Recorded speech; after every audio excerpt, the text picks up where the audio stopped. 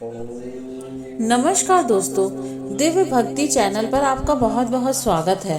सावन मास में भोलेनाथ की कृपा आप पर और आपके समस्त परिवार पर बनी रहे।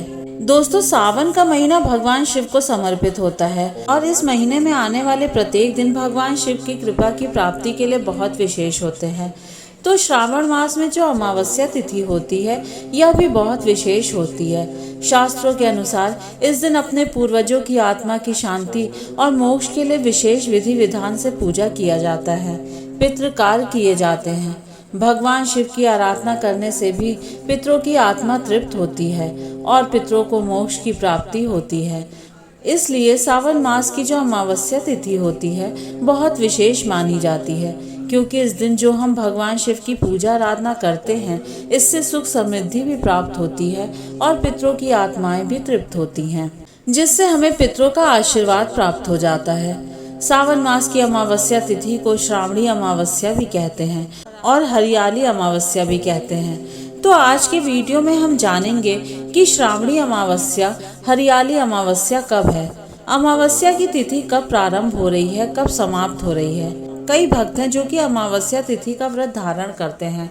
स्नान दान की अमावस्या कब होगी और स्नान दान करने का शुभ मुहूर्त क्या होगा, पितरों की आत्मा की शांति के लिए, उनकी प्रसन्नता के लिए किस प्रकार से पितरों की पूजा करें और कौन सा उपाय करें जिससे कि पितृ दोषों से भी मुक्ति मिल जाए और पितरों की आत्माएं तृप्त होकर हमें आशीर्वाद भी दें। तो आज का वीडियो बहुत महत्वपूर्ण है, तो इसे अंत तक जरूर देखिएगा और अच्छी लगे तो वीडियो को लाइक जरूर कीजिएगा, क्योंकि आपके लाइक्स, आपके कमेंट्स मेरे लिए बहुत महत्वपूर्ण होते हैं और इससे मुझे प्रेरणा मिलती है कि आपके लिए ये वीडियो कितना उपयोगी है।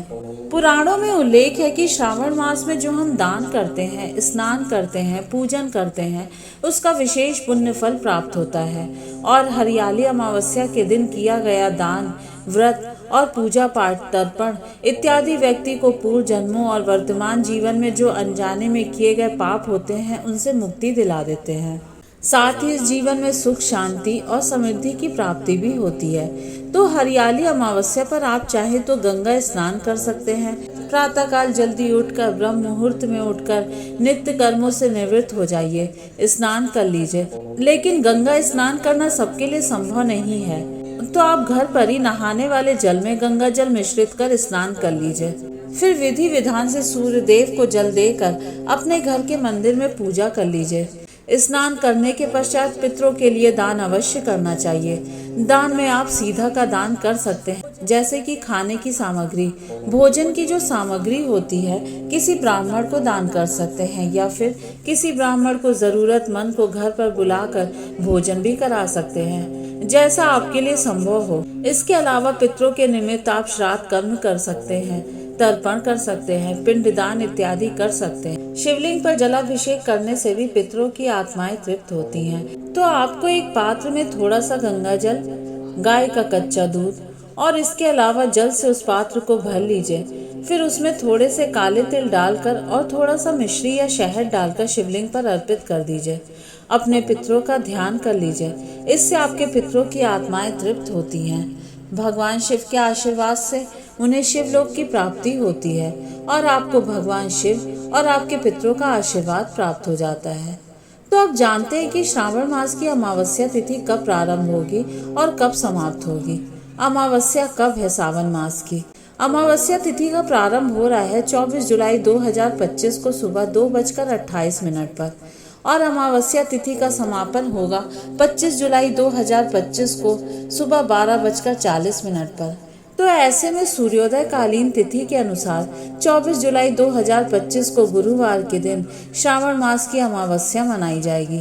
तो अमावस्या तिथि का स्नान, दान, व्रत इत्यादि सभी कार्य 24 जुलाई 2025 गुरुवार को ही किए जाएंगे। इस दिन सूर्योदय काल का समय होगा सुबह 5:37 पर और सूर्यास्त का समय होगा शाम को 7:18 पर। ब्रह्म मुहूर्त सुबह 4:15 से सुबह 4:57 तक है। इस समय में आप स्नान इत्यादि कर सकते हैं, भगवान श्री हरि विष्णु की पूजा आराधना कर सकते हैं। 24 जुलाई को पूरे दिन सर्वार्थ सिद्धि योग रहेगा, तो पूरे दिन में आप भगवान श्री हरि विष्णु की पूजा करते हैं, भगवान शिव की आराधना करते हैं। पितरों का जो भी तर्पण इत्यादि कार्य करते हैं उसका फल आपको बहुत अधिक प्राप्त होगा। इस दिन गुरु पुष्य योग बन रहा है जो कि अत्यंत ही श्रेष्ठ और शुभ योग है।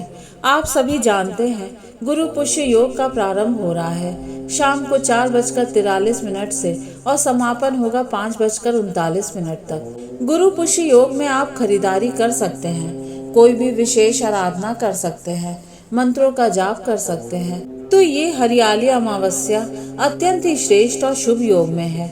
भगवान शिव की पूजा कीजिए, पितरों का तर्पण इत्यादि कर्म कीजिए, पितरों के लिए दान कीजिए, दीप दान कीजिए और माता लक्ष्मी की आराधना कीजिए, जिससे कि जीवन सुखमय होता है। पितृ भी मुक्त हो जाते हैं और हमारे जीवन में जो भी बाधाएं आती हैं हमें उनसे मुक्ति मिल जाती है। तो दोस्तों, आज का वीडियो आपको कैसा लगा कमेंट में ज़रूर बताइएगा, और वीडियो अच्छा लगे तो लाइक कीजिए, शेयर कीजिए और चैनल पर पहली बार आए तो सब्सक्राइब कर दीजिए।